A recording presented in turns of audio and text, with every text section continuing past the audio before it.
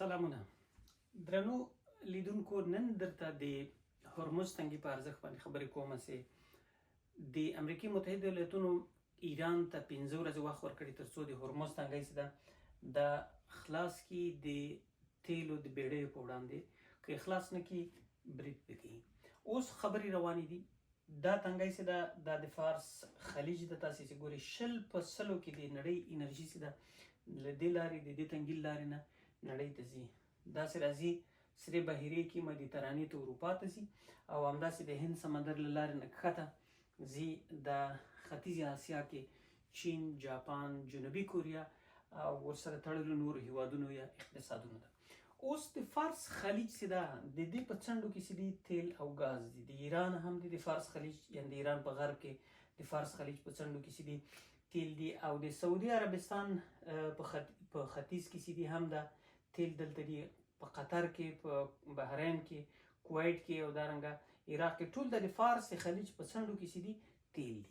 دا تیل دلته په بیړیو کې له دې لارې لیږدول کېږي. دا د هرمز تنګی ده. تاسې چې ګورئ له دې علاقې تر دې علاقې پورې دا شاوخوا 10 کیلومتره تنګی چې ده دا اوس د ایران، اسرائیل او امریکا په جګړې کې ایران بند کړی ده او بیړۍ دلته چې دي منتظر ولاړې دي په دې علاقه کې په فارس خلیج کې. ایران نه غواړي چې دا تنګی خلاص شي او نړۍ یې له لوی د انرژۍ او تیلو له بحران سره مخامخ کړي ده. اوس سعودي عربستان خپل تیل تقریبا په ختیځ کې دي د همدې فارس خلیج له لارې نه لیږدولی. 100% کې د نړۍ تیل چې ده له دې لارې لیږدول کېږي. په بله معنه اوس نړۍ کې هره ورځ شاوخوا 110 میلیون بیرله تیل مصرفېږي. 100% ته یې که دا سړی واړوي نو څه باندې 22 میلیونه بیرله تیل روزانه له دې لارې تللی سي. په دې کې سم نیمایي سعودي عربستان ورکوله تقریبا. نور کویت او قطر او عراق او ایران. په ایران خو بندیز اوس یو څه مودې لپاره بندیز امریکا ځینې لري که تر څو نړۍ کې د تیلو رامنځته شوی بحران په یو ډول کنټرول شي. په هر صورت باندې اوس راځو د دې تنګي د هرمز تنګي. داسې دا د هرمز تنګی ده. د دې تنګي په راتلونکي باندې بحث کوو چې ایران په خپلو بریدونو سره د دې تنګي راتلونکی ستراتیژیک موقعیت څومره له ګواښ یا خطر سره مخامخ کړ. په راتلونکي کې د سیمې هیوادونه د هرمز د تنګي په بدیلو لارو باندې فکر کوي که نه کوي. بحثونه وار دمخه پیل شوي دي. سعودي عربستان څو کاله وړاندې په دغه منطقه کې د شرم الشیخ د مصر د شرم الشیخ د سیاحتي ښار څنګ ته د نیوم په نامه یو زیرک یا نوی سمارټ سیټي شروع کړی دی. دا تقریبا 110 کیلومتره اوږد په یو لاین کې ښار ده او ټول تعمیرونه او ودانۍ به د دې لاین په دننه کې وي. په هر صورت د دې نیوم دپاره سعودي عربستان له خپل ختیځ څخه شاوخوا 12 تر 1400 کیلومتره پورې یو پایپ لاین غواړي وغځوي او خپل تیل دلته اروپایانو ته په سره بحیره کې د سویس کانال په خولو کې ورکړي او دا اروپایان دې ته ډېر زیات خوشحاله دي ځکه اروپا چې مدیترانې نه راځي نو دلته به په ډېر لنډ واټل کې دوی ته تیل ورکول کېږي. دا پروژه څو کاله مخکې سعودي عربستان د ډیزاین کړه یا رامخې ته کړله چې له ختیځ نه د سعودي عربستان تر لویدیځه پورې دا شاوخوا 12 تر 1400 کیلومتره پایپ لاین وغځېږي. دې ته مصر هم ډېر خوشحاله ده ځکه دلته به د دوی د شرم الشیخ په ګډون د سویس کانال ارزښت هم ورسره لوړ سي او دغه نوی قاهره چې ده دا په دې منطقه کې تقریبا د دې دپاره د آبادۍ یو خبر و. دا که دلته سعودي عربستان دا پروژه عملي کړي نو دې سره کېدای شي دا نور هیوادونه لکه قطر او بحرین، امارات او حتی کویت دا هم کېدای شي ورسره ملګري سي. اوس په دې جګړه کې اسرائیل رامخې ته سو یو بله طرح یې وړاندې کړله د هرمز د تنګي د راتلونکي ګواښ د مخنیوي په خاطر باندې. وایي کېدای شي اسرائیل او ایران د تل لپاره نور په جګړه باندې سره ښکیل وي که ایران په د اوسني حکومت په ډول باندې پاتې کیږي. نو د دې لپاره به د هرمز د تنګي راتلونکی ارزښت چې د امنیت له اړخه خوندي وي. نو اسرائیل ویلي چې سعودي عربستان چې په دې کې مرکزي رول لوبوي، قطر او بحرین او امارات او بحرین سره خو وردمخه اسرائیل ښه روابط لري. نو دوی ویلي چې یو پایپ لاین به تیر کو د سعودي عربستان له خاورې نه به اردن ته داخلېږي، له اردن نه به اسرائیلو ته او له اسرائیلو به د حیفا په بندر کې به په مدیترانه کې اروپا ته لنډ تیل په خوندي ډول باندې په پایپ لاین کې ورکول کېږي. دا شاوخوا 1400 کیلومتره پایپ لاین د اوس لپاره ویل کېږي. کېدای شي وروسته څېړنې چې وسي دا معلومه سي چې لنډ ده که اوږده ده واټن. په هر صورت باندې دوی له دغو وړو هیوادونو لکه قطر او بحرین، امارات او کویت دیو هم غوښتنه کړې چې په دې پروژه کې ورسره شامل شي. دا دوه خطونه چې دي اوس لپاره د بحث وړ دي. که دا پروژه عملي کیږي نو په راتلونکي کې د هرمز د تنګي له لارې نه د نړۍ د انرژۍ د لیږد هغه څه ده کمیږي، ټرافیک څه ده په دې باندې کمیږي. کیدای شي د ختیځې اسیا هیوادونه د هند په ګډون باندې د جنوبي اسیا او د ختیځې اسیا د دې لارې نه خپل تیل وارد کړي. په عین زمان کې عمان یو بله طرحه رامخته کړې ده. عمان وایي چې زه د اماراتو له خاورې نه یا د سعودي عربستان له خاورې نه د بحرین، کویت، سعودي عربستان دا درې وړه د سره یو ځای چې زه یې دلته د هند په سمندر کې په بحر کې چې دا د یو پایپ لاین په مټ باندې تیل او انرژي چې دا د نړۍ هیوادونو ته ورکوم.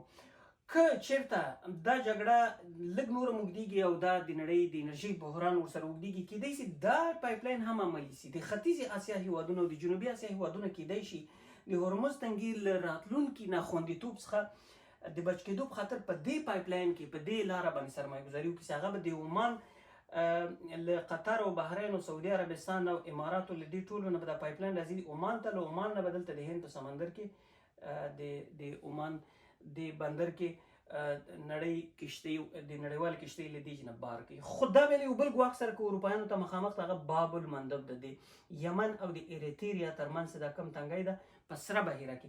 دا له دې ګواښ سره مخامخ ده. کیدای شي دلته کوم وخت کې یمنیان یا ایریتریان دا کوشش وکړي د حبشې والا سره دا تنګی بند کړي. دلته به نو د اروپا دپاره یو بل ګواښ وي. نو بنا اروپایان د سعودي عربستان د نلیکې ته او دا اوس اسرائیلو کوم وړاندیز کړی ده دې ته ډېر زیات خوشحاله دي چې د حیفا له بندر نه به کشتۍ بارېږي مدیترانه کې مستقیم اروپا ته به ځي او د سعودي عربستان له ختیځ څخه، د بحرین له قطر څخه او اماراتو څخه به دا واړه پایپ لاینونه به یو ځای کېږي. له دې لوی پایپ لاین سره کویت او عراق هم کیدای شي په دې هغه کې ور شامل شي، په دې پایپ لاینونو کې شامل شي. نو دا به ځي د اسرائیلو د حیفا بندر مدیترانه کې به اروپایانو ته په خوندي ډول انرژي ورکړي. په هر صورت باندې که دا پروژه عملي کېږي د امارات او د عمان او که د سعودي عربستان د خپله پروژه عملي کېږي چې د نیوم ښار څنډو ته تیل رسي او که دا د اسرائیلو دا نوی طرحې سره مخته کړې، که دا درې وړه عملي کېږي د هرمز د تنګي راتلونکی ارزښت ورسره ډېر زیات کمیږي. نو ایران په دغه جګړه کې د ډېرو نورو شیانو د له لاسه ورکولو په خوا کې د دې تنګي راتلونکی ستراتیژیک ارزښت سره دایم په یو ډول باندې له ګواښ او خطر سره مخامخ یا په خپل ټول خلیج فارس چې ده د انرژۍ له اړخه یې لږ تر لږه له دغه ګواښ سره مخامخ کړ. نو اوس هر هیواد په دغه لوبه کې دې جګړې ته د یو بل فرصت په سترګه باندې ګوري او هڅه کوي چې دا د اروپا دپاره او د ختیځې اسیا دپاره او د جنوبي اسیا دپاره د هرمز له تنګي پرته لارې چې دي زمینه یې ورته برابره کړي. په دې کې اوس ډېر مهم رول چې د اروپا او امریکا لوبوي چې اروپایان دغو پروژو ته ډېر خوشحاله دي. سعودي عربستان خپلې پروژې ته د نیوم ښار په څنډو کې، شرم الشیخ کې، د سویس کانال کې، دلته به البته یوازې د سویس په کانال کې دوی تېرېږي او د اسرائیلو دې پروژې ته تر ټولو ډېر زیات خوشحاله دي. عرب هم په یو ډول باندې امارات او قطر بحرین واردمخه له اسرائیلو سره ډېر ښه روابط جوړ کړي دي. اوس سعودي عربستان په دې کې مهم رول لوبوي. که سعودي هم دې کې ورسره یو ځای شي چې هغه د غواړي هغه د ابراهیمي تړون چې کوم لاسلیک شوی ده د اسرائیلو د عربو ترمنځ غواړي چې هغه کې هغه په دې پروژه کې رامخته کړي او عربي هیوادونه د اسرائیلو سره له اقتصادي او امنیتي اړخه ملګري شي. که دا ائتلاف رامنځته کېږي چې اوس لپاره اقتصادي ائتلاف ته د انرژۍ په برخه کې د اسرائیلو د عربي هیوادونو ترمنځ دا ایران ته بل ګواښ ده له سیمه ییز او له اقتصادي ارزښت له اړخه به اسرائیل به مستقیما د عربو هیوادونو سره د انرژۍ په برخه کې ښکیل وي. دلته اوس د ترکیه ورلمخ له آذربایجان او ارمنستان څخه دا کوم پایپ لاین چې ده دا د ترکیې له لارې نو اروپا ته په مدیترانه کې نو اروپایان هم دې پروژې ته لیواله دي او هم دې پروژې ته لیواله دي چې له آذربایجان څخه او دارنګه له ګورجستان څخه کوم پایپ لاینونه د روسیې تیر دي هغه دې سره غواړي د ترکمنستان ګاز هم ورسره ملګري کړي، کسپیان له لارې تیر کړي آذربایجان ته. ولې په دې پروژه باندې ډېر زیات پانګونه تر اوسه پورې نه ده سوې، هغه پخواني پایپ لاینونه دي او دلیل یې دا ده چې دلته د روسیې پښه ډېره ښکېل ده. ولې په دې کې د عربي هیوادونو مستقیم ګټې چې دي دا ښکیل دي او دا هیوادونه اوس غواړي چې له هرمز تنګي څخه د تل لپاره ځان خلاص کړي. په دې توګه به د خلیج فارس اقتصادي او ستراتیژیک ارزښت د انرژۍ له اړخه لږ تر لږه که دغه دوه پروژې عملي کېږي یا ورسره دا پروژه عملي کېږي دا به یو څه راکم شي. نو ایران په دغه جګړه کې نه یوازې داسې خپل ډېر زیات تاسیسات او نظامی هغې ارزښت یې د لاسه ورکړ، د هرمز تنګي په ناخوندیتوب سره دا زیان هم کېدای شي په راتلونکو کلونو کې موږ ووینو چې سعودي عربستان په دې کې ډېر مهم رول کېدای شي ولوبوي او له خپلې خېټې د وچې له لارې نه دا پایپ لاینونه عملي کړي. په دې کې به مصر هم ډېره زیاته ګټه کوي. اوس یوازې د سویس له کانال نه پیسې اخلي، که د نیوم ښار کې دلته سعودي عربستان نړۍ ته یا اروپا ته تقریبا انرژي په پایپ لاین کې تېروي، نو د دې خواته مصر د دې سرې بهیرې، نو مصر هم دلته ورسره ډېر زیات له اقتصادي اړخه آبادیږي. خو مصر او سعودي عربستان کې د شي ډېر دې پروژې ته لیواله وي. دا یو څو سوه کیلومتره په خاوره کې هم لاندې ده او د دې لپاره چې د مسلمانانو انتقاد هم نه وي د اسلامي هیوادونو ستاسو اسرائیلو سره کوم تړون کوي.